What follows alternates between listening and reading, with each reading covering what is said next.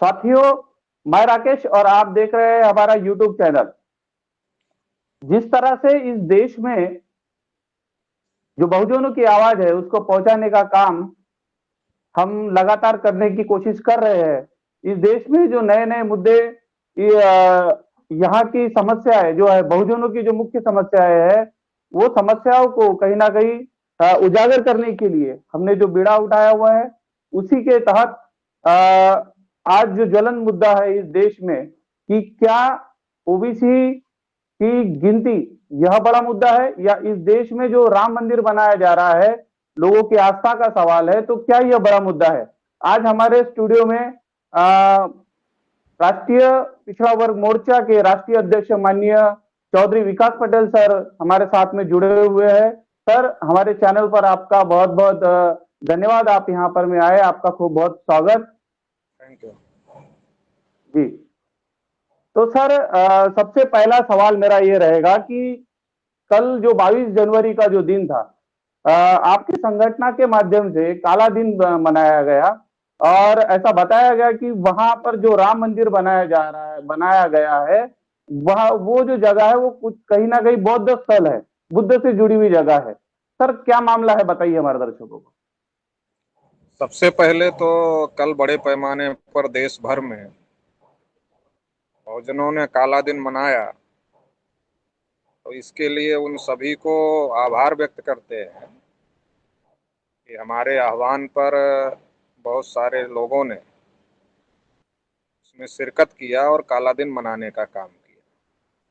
कई जगह पर पुलिस प्रशासन के द्वारा हमारे और हमारे सहयोगी संगठनों के कार्यकर्ताओं को जबरदस्ती डिटेन करने का काम भी किया गया, परेशान करने का भी काम किया गया और उनको डराने धमकाने की भी कोशिश की गई। इसके बावजूद भी सभी कार्यकर्ता मैदान में डटे रहे और उन्होंने बहुत मजबूती के साथ काला दिवस मनाने का काम किया। इसलिए उन सभी को भी अपनी तरफ से हम धन्यवाद और संगठन की तरफ से धन्यवाद व्यक्त करते हैं।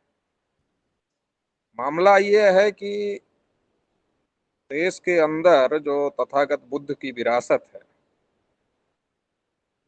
वो भारत देश की गौरवशाली विरासत है।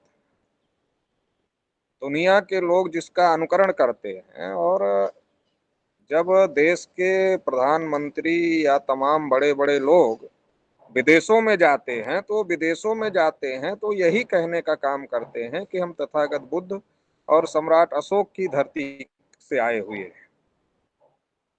तो जब आप तथागत बुद्ध और सम्राट अशोक के नाम पर विदेशों में अपनी पहचान बनाने का काम करते हो, तो भारत के अंदर जो तथागत बुद्ध की गौरवशाली विरासत है, जो सम्राट अशोक की गौरवशाली विरासत है, जो राजा प्रसेनजित की गौरवशाली विरासत है, उस गौरवशाली विरासत को आप दबाने का काम क्यों कर रहे हो, दबाने का षड्यंत्र क्यों कर रहे हो।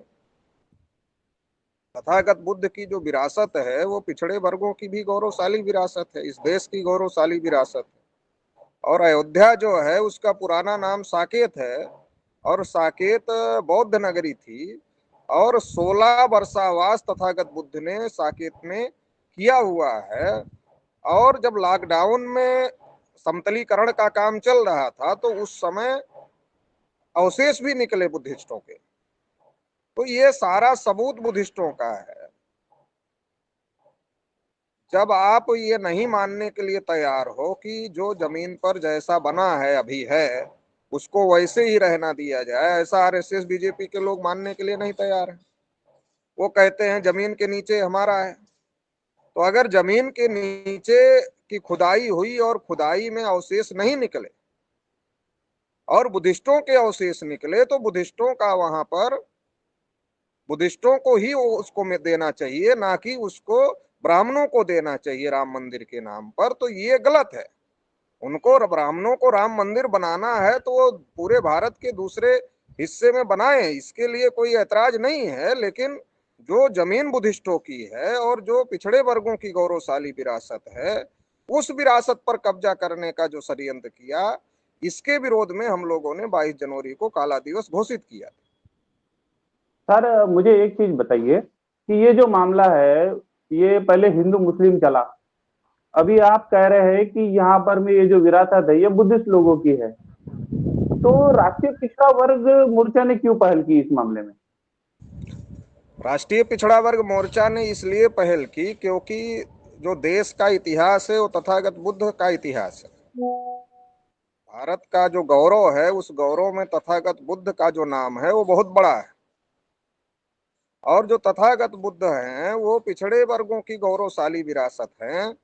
तो वो जो बौद्ध भूमि है, जब ये बातें खुल करके सामने आ गई और इसके अवशेष भी निकल कर सामने आ गए, जब ये सारी बातें खुल के सामने आ गई, तो ये जो बौद्ध भूमि है वो बौद्ध भूमि पर अगर ब्राह्मण लोग अतिक्रमण कर रहे हैं तो इसको कैसे चुप रहा जाए इस पर। तो इस पर तो बोलना पड़ेगा कि हमारी भूमि पर अगर दूसरे लोग अतिक्रमण कर रहे हैं तो इस पर बोलना पड़ेगा। और इसलिए राष्ट्रीय पिछड़ा वर्ग मोर्चा इसको लेकर के सामने आया कि ये जो पिछड़े वर्गों की गौरवशाली विरासत है और ये जो बौद्ध भूमि है, इस बौद्ध भूमि पर ब्राह्मणों का जो कब्जा हो रहा है, हम इसके खिलाफ में हैं। और इसलिए हम लोगों ने ब्लैक डे घोषित किया है। और ये आर्टिकल 19 में अभिव्यक्ति की स्वतंत्रता मौलिक अधिकार है, हम अपनी बात कह सकते हैं। और उस अधिकार का उपयोग करते हुए हम लोगों ने 22 जनवरी को ब्लैक डे घोषित किया। आप बार बार कह रहे हैं कि ये जो विरासत है ये बौद्धों की विरासत है, तो फिर ये पिछड़े वर्गों की विरासत कैसे हुई सर? पिछड़े वर्ग के लोग भी बुद्धिस्ट लोग हैं। और जब आप उत्तर भारत में आएंगे तो उत्तर भारत में जब आप देखेंगे तो पिछड़े वर्ग के लोग बुद्ध को अपना पुरखा, अपना पूर्वज मानते हैं। और देश भर में पिछड़े वर्ग के लोग बुद्ध को अपना पुरखा, अपना पूर्वज मानते हैं। और हम लोग भी तथागत बुद्ध को अपना पूर्वज मानते हैं। तो पिछड़ा वर्ग इससे अलग कैसे रह सकता है? हमारे पूर्वजों की गौरवशाली विरासत को अगर दबाया जा रहा है, उसको नुकसान पहुंचाया जा रहा है, या उसकी जगह दूसरी चीज का कब्जा करवाया जा रहा है, तो इसके लिए तो हमें ही अपने पूर्वजों की विरासत बचाने के लिए आगे आना पड़ेगा। हमारी गौरवशाली विरासत है तो हमें ही आगे आना पड़ेगा बचाने के लिए। इसलिए हम सर लोग जिस आए तरह मोर्चा के माध्यम से। जी सर, जिस तरह से राम मंदिर बनने के बाद में एक माहौल बनाया गया पूरे देश भर में कि राम जी आ रहे हैं, रामलला आ रहे हैं, प्राण प्रतिष्ठा हो रही है, उसका कई कई विरोध भी देखने को मिला। तो सर क्या लगता है आपको कि इतने आनंद फानन में वो मूर्ति की प्राण प्रतिष्ठा करना या राम मंदिर का उद्घाटन करना, क्या इसके पीछे में क्या कारण हो सकता है? देखिए, अयोध्या से मैंने जानकारी निकाली तो जानकारी ये मिली कि वहाँ फोर्स ज्यादा थी और लोग कम थे। इसका मतलब यह है कि जनता ने इस बात को मान लिया कि ये पॉलिटिकल प्रोग्राम है, ये धार्मिक प्रोग्राम नहीं है। जी ये पॉलिटिकल प्रोग्राम है, ये बात देश के लोगों ने स्वीकार कर लिया। और देश के लोगों को ये बात भी समझ में आ गई कि तथागत बुद्ध जो है उनकी धरती है, ये बात भी समझ में आ गई। तो सरकारी मशीनरी का इतना ज्यादा दुरुपयोग किया गया, बड़े से बड़े स्टार को बुलाया गया, सारे जो बीजेपी के सांसद, विधायक, मिनिस्टर हैं, वो मुख्यमंत्री हैं, सब प्रधानमंत्री तक काम पर लग गए। ये सब लोगों के काम पर लगने के बावजूद भी लोगों ने इस कार्यक्रम को नकार दिया, क्योंकि लोग समझ गए कि जो बीजेपी आरएसएस के लोग 9 साल से हमको ठग रहे हैं, 2 करोड़ नौकरियों के नाम पर, काला धन वापस लाने के नाम पर, किसानों की आय दोगुनी करने के नाम पर जो लोग हमको ठग रहे हैं, वो एक बार राम मंदिर का नाम लेकर के फिर ठगना चाहते हैं। ये बात जनता को समझ में आ गई और इसलिए जनता ने अपने को, ये ठगने वाले लोगों से अपने को अलग कर लिया कि अब हम दोबारा ठगाए जाने वाले लोग नहीं हैं। तो इसलिए जनता ने अलग कर लिया। तो ये जो सारा इतने बड़े बड़े स्टार बुलाना और इतना मीडिया में ये सारा कवरेज करवाना, ये और सरकारी मशीनरी का दुरुपयोग करना, जिस प्रकार से भारत एक सेकुलर कंट्री है, उस सेकुलर कंट्री में जिस प्रकार की चीजें हुई पिछले दिनों में, तो इस तो लोकतंत्र नहीं, इसको तो धर्मतंत्र कहा जा सकता है। जिस प्रकार की चीजें हुई तो ये निश्चित रूप से, और जिस प्रकार से अगर आप तमाम विदेशी मीडिया की खबरों को आप पढ़ें तो आपको पता चलेगा किस प्रकार से उन लोगों ने ये जो कुछ हुआ यहाँ पर उसको किस प्रकार से उन लोगों ने लिखा है। तो ये बातें लोगों को समझ में नहीं आ रही है, ऐसा नहीं है, मगर इन लोगों के पास कोई दूसरा रास्ता नहीं है कि जब इन्होंने कोई काम नहीं किया, जनता को 9 साल से ठगने का काम किया, तो अब इनको एक ही रास्ता लग रहा है कि राम का नाम लेकर के ही हम लोग आ सकते हैं। लेकिन अब जनता में जो राम है वो तो कई राम है, कबीर के राम है, रविदास के राम है, बोधिसत्व राम है। भाजपा के राम नहीं है जनता में। जनता में जो राम है वो कबीर के राम है, रविदास के राम है, बोधिसत्व राम है। मगर भाजपा चाहती है कि हम राम के नाम पर सारा कुछ कर लें, तो राम के नाम पर लोगों का समर्थन ले लें, राम मंदिर के नाम पर लोगों को मूर्ख बनाकर समर्थन ले लें। लेकिन अब ये संभव नहीं दिख रहा है। जिस प्रकार का कल का हुआ सारा, उसके आधार पर यह दिख रहा है कि यह संभव नहीं है, क्योंकि लोगों ने, जनता ने नकार दिया है। जनता में कोई उत्साह नहीं है इस बात को लेकर के। जनता की समस्याओं का, मौलिक समस्याओं का समाधान नहीं हो रहा है और बड़े बड़ी बातें की जा रही हैं, तो जनता इससे दुखी है और 2024 में सबक भी सिखाएगी। सर एक चीज बताइए कि एक संवैधानिक पद पर बैठा हुआ व्यक्ति, जिस तरह से कल आपने भी बताया कि बहुत सारी जो सरकारी यंत्रणा है उसका इस्तेमाल किया गया, तो ये कहाँ तक संविधान के साथ में या तर्क संगत लगता है कि एक संवैधानिक पद पर बैठा हुआ व्यक्ति और सरकारी संगठनाएं एक धार्मिक कार्य के लिए इस्तेमाल की गई?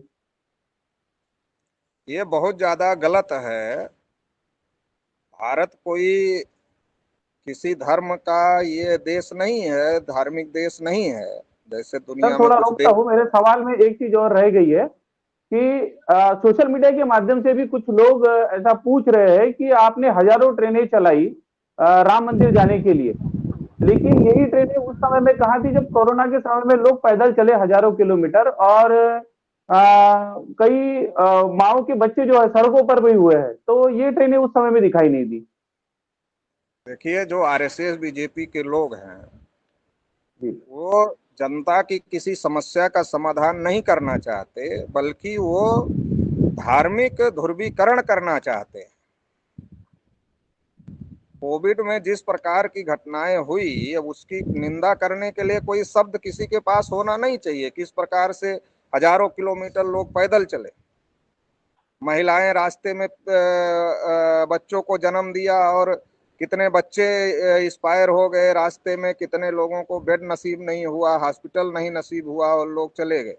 तो ये जो बहुत ज्यादा दुखद समय था, और उस समय जो अपने को देश के प्रधानमंत्री मोदी जी ने लोगों के लिए कुछ नहीं किया, उल्टे जो अच्छे लोग जो रास्ते में पैदल चल रहे लोगों के ऊपर लोगों की मदद करना चाहते थे, उनको बिस्किट दे दिया जाए, खाने का कुछ सामान दे दिया जाए, तो पुलिस उनको भी डंडे मारकर भगाने का काम सरकार के आदेश पर कर रही थी। तो जिस प्रकार का उत्पीड़न किया गया कोविड के समय में, वो तो बहुत ही ज्यादा दिल दहलाने वाला है। तो इससे भी ये बात पता चलती है कि ये लोग इंसानियत को नहीं मानते, ये ब्राह्मणों का वर्चस्व बनाकर रखने के लिए किसी भी स्तर तक जाने के लिए तैयार हैं। और इसी प्रकार का काम सरकारी मशीनरी का दुरुपयोग करके किया जा रहा है, जो कि संविधान और लोकतंत्र के खिलाफ है। देश का संविधान सेकुलर है, सेकुलर संविधान है, तो एक संवैधानिक पद पर बैठे व्यक्ति के द्वारा और जिस प्रकार से एक धार्मिक कार्य के लिए सारी सरकारी मशीनरी का उपयोग किया गया, दुरुपयोग किया गया, तो ये किसी भी स्थिति में इसको सही नहीं कहा जा सकता। ये निश्चित रूप से गलत है और हर जागृत व्यक्ति को इसका विरोध करना चाहिए। वो किसी भी धर्म का हो सकता है, किसी भी पंथ का हो सकता है, लेकिन जिनको संविधान और लोकतंत्र में यकीन है, उन सभी हर जागृत व्यक्ति को इसका विरोध करना चाहिए। नहीं तो इसके नाम पर आने वाले समय में जो अराजकता पैदा होगी, वो किसी के ऊपर भी, किसी को भी उसका खामियाजा भुगतना पड़ सकता है। जो आज उनका समर्थन कर रहे हैं उनको भी कल इसका खामियाजा भुगतना पड़ सकता है। गलत को अगर आप गलत नहीं कहेंगे तो गलत करने वालों का मनोबल बढ़ेगा, और जब गलत करने वालों का मनोबल बढ़ेगा तो कल आपके साथ भी गलत करेंगे, जैसा कि बहुत लोगों अ, के साथ हुआ है आरएसएस बीजेपी में, मगर डर के जी मारे वो बोल नहीं पा रहे हैं। सर, सोशल मीडिया के माध्यम से कई लोगों ने अपना इस पे ऐतराज भी जताया है, और कल का जो प्राण प्रतिष्ठा का जो कार्यक्रम पूरे देश भर में किया करने की इन्होंने जो कोशिश की, उसमें जिन लोगों को, जैसा कि आप ओबीसी कहते हैं और वो लोग इनको हिंदू कहते हैं, तो कहीं ना कहीं कल कुछ छुटपुट घटनाएं भी आ, हुई है, ऐसा हमारे माध्यम से हमको कुछ पता चला है। तो क्या लगता है सर, ये जो घटनाएं जो इस तरह से हुई है इसमें, तो कहीं ना कहीं ये किस तरह से यानी आप इन चीजों को देखते हैं?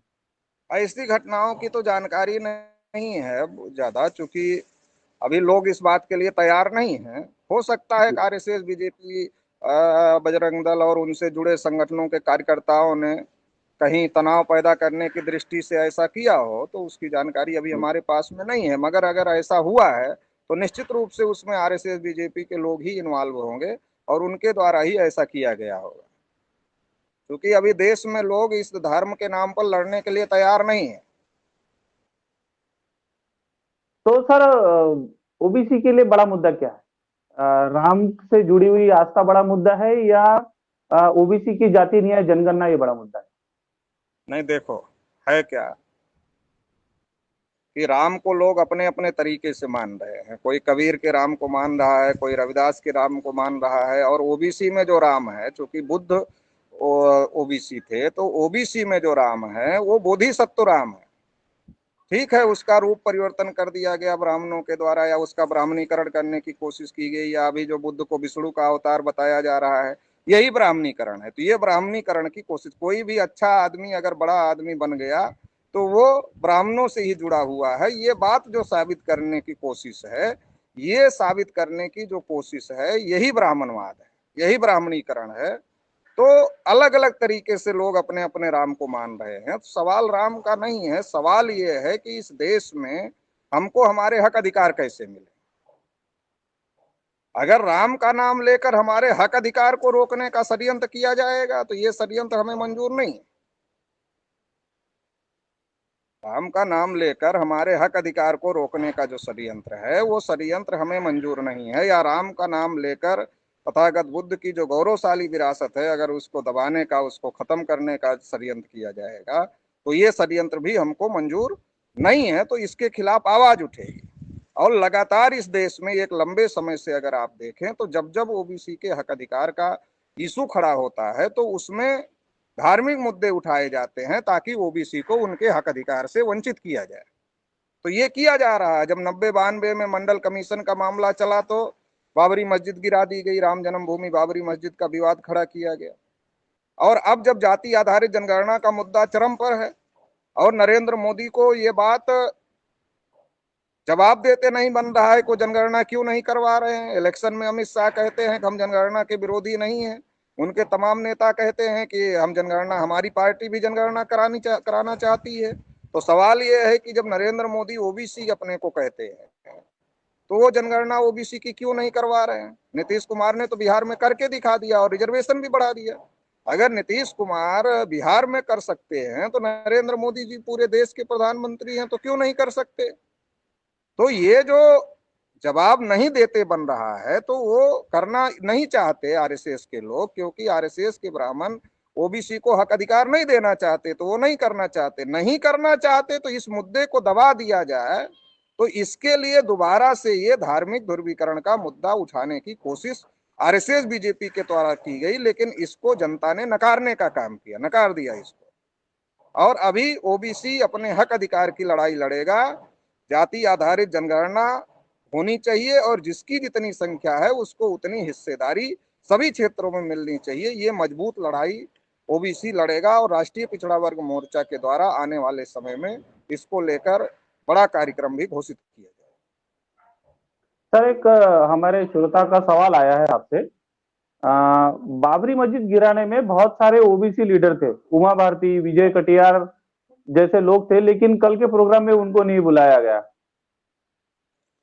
तो आरएसएस, बीजेपी, ये उनका प्रोग्राम है कि ओबीसी का इस्तेमाल करना चाहिए। किस बात के लिए? उनके ही हक अधिकार को रोकने के लिए। जब मंडल कमीशन का आंदोलन चल रहा था, तो उस समय विनय कटियार, कल्याण सिंह, उमा भारती, प्रवीण तोगड़िया, रितंबरा जैसे तमाम नेताओं को आगे किया गया और उनको आगे करके बाबरी मस्जिद गिरवाने का काम किया गया। तो फायदा किसको हुआ?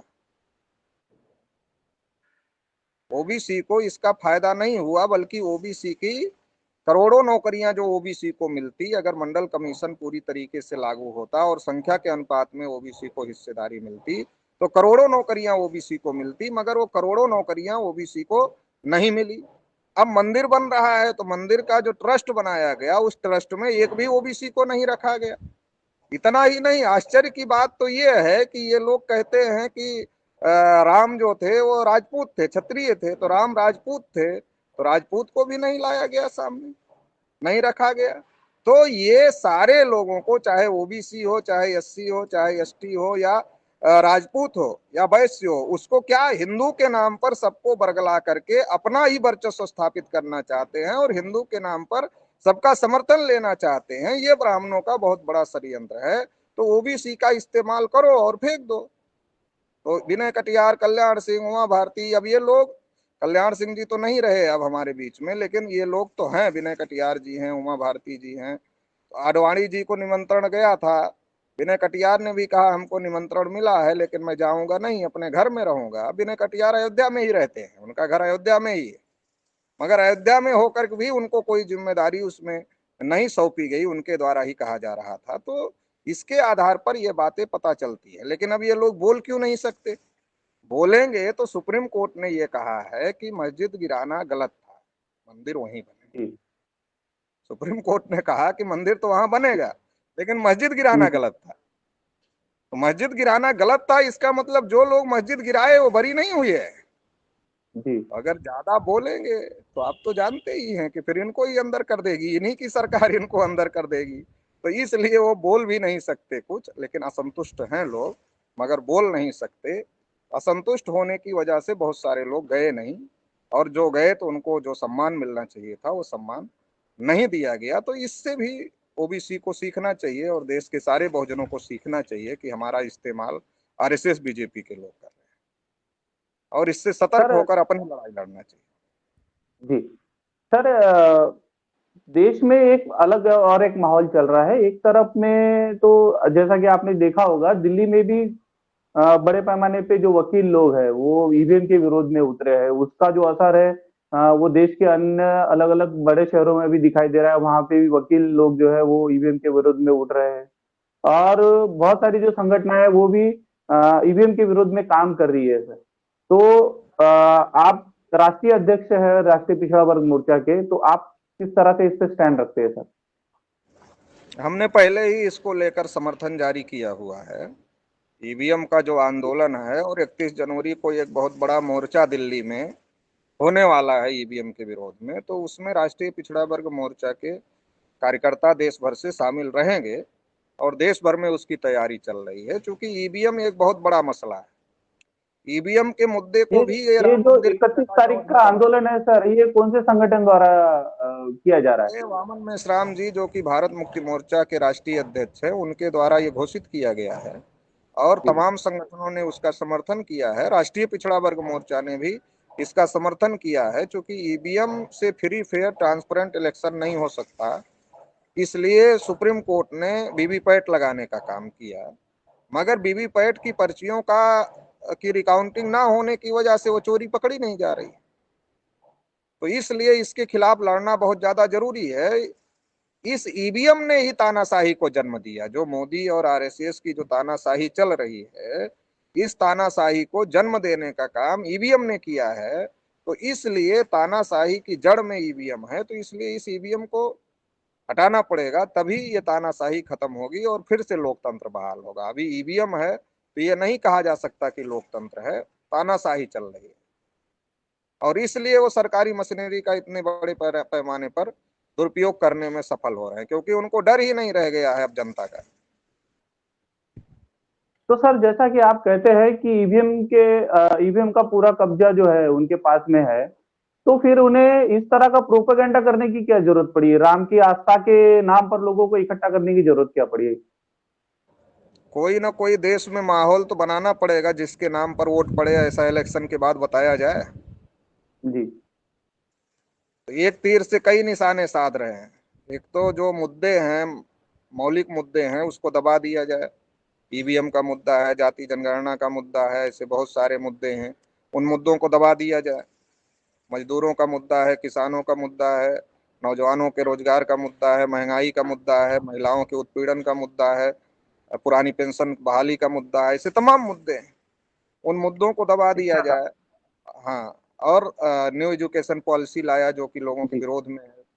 तो ऐसे तमाम मुद्दों को दबा दिया जाए इस चकाचौंध में, और फिर ईवीएम का दुरुपयोग करके चुनाव जीत लिया जाए, और लोगों को टीवी पर बैठकर उनके ही लोग, उनके ही चुनाव विश्लेषक ये बताते रहेंगे कि नहीं वो राम मंदिर के नाम पर वोट मिल गया और बीजेपी जीत गई। तो ये राम मंदिर दिखाकर ईवीएम में घोटाला करने का, लोगों की किसी भी समस्या का समाधान नहीं करने का, ईवीएम में घोटाला करके चुनाव जीतने का, और फिर मंदिर के नाम पर चुनाव जीत गए ऐसा प्रचारित करने का ये प्री प्लान है। इससे देश के लोगों को सतर्क होना चाहिए।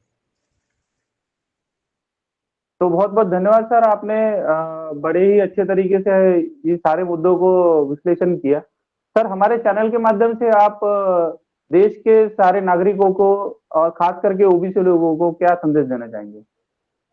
हम देश के सारे नागरिकों को ये संदेश देना चाहते हैं कि धर्म निजी आस्था का विषय है, और जिसको जहां आस्था है वो संविधान के अनुसार अपने अपने मुताबिक अपने अपने धर्म को मान सकता है। लेकिन जब राजनीतिक लोग धर्म का दुरुपयोग राजनीति के लिए करने लगे तो उनसे सतर्क हो जाना चाहिए, क्योंकि फिर उससे आपके संवैधानिक हक अधिकार खत्म हो जाएंगे, आपके अधिकारों की बलि चढ़ जाएगी, और देश में लोकतंत्र को खतरा पहुंच जाएगा, लोकतंत्र खत्म हो जाएगा।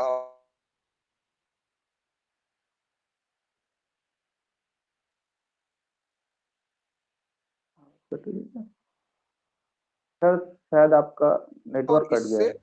आपको और आपकी आने वाली पीढ़ियों को गुलाम बना लिया जाएगा, ये बहुत नुकसान इसका हो जाएगा। इसलिए इस अपनी समस्याओं के लिए, अपने हक अधिकार की लड़ाई के लिए लड़ना चाहिए, उसके लिए समाज को निरंतर जागृत करते रहना चाहिए और संगठित होकर के उस लड़ाई को लड़ना चाहिए। हमें संवैधानिक राइट्स रहेंगे तो हम जो है अपने हक अधिकार ले पाएंगे, अगर नहीं रहेंगे तो नहीं मिलेगा। तो इसलिए उसके लिए हमको लगना चाहिए। ये लोग धर्म की आड़ में संविधान और लोकतंत्र को खत्म करने की बड़ी साजिश रच रहे हैं, इससे देश के लोगों को सतर्क होने की तो बहुत बहुत धन्यवाद सर, आपने बहुत ही अच्छी तरीके से इन सारी बातों को हमारे दर्शकों तक पहुंचाया। तो साथियों, इस देश में जो संविधान है वो सबको अपनी धार्मिक आजादी देता है, लेकिन धर्म जो है वो आ, हर व्यक्ति का व्यक्तिगत मामला है। उसको अगर सरकारी क्षेत्र में अगर लाया जाता है तो कहीं ना कहीं इससे देश के संविधान का अपमान होता है, देश के लोकतंत्र का अपमान होता है।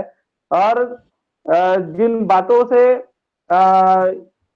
इस देश में अभी प्रोपोगंडा चलाया जा रहा है, ऐसा लग रहा है कि कहीं ना कहीं इस देश के संविधान को, इस देश के लोकतंत्र को खत्म करने का षड्यंत्र एक तरह से चलाया जा रहा है। तो इससे सतर्क होने की बहुत जरूरत है, लोगों को संगठित होने की जरूरत है और इसके विरोध में कहीं ना कहीं सड़कों पर भी आने की जरूरत है। तो सर, आपका बहुत बहुत धन्यवाद। और धन्यवाद। जी जी जी।